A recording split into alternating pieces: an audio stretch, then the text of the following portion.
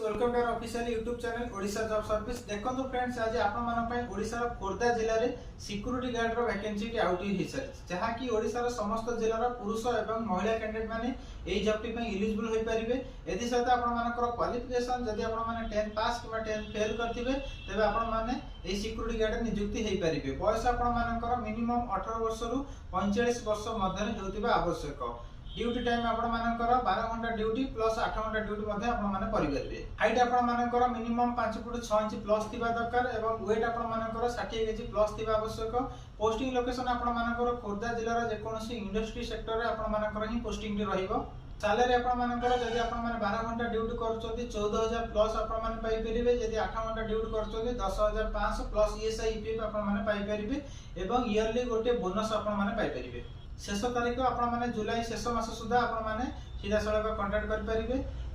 Free of cost घर एवं रहिबा पई एवं खाइबा पई कैंटीन रो व्यवस्था मध्य करा जायछि। आवश्यक document 10 pass certificate, Aadhaar card, bank passbook, police verification certificate, photo 4 copy हेले सीधा सड़क आपण Rasulgarh Bhubaneswar near Urmi hotel plot number 100 थिबा ऑफिशियल एड्रेस रे सीधा सड़क जोगाजोग कर परिबे।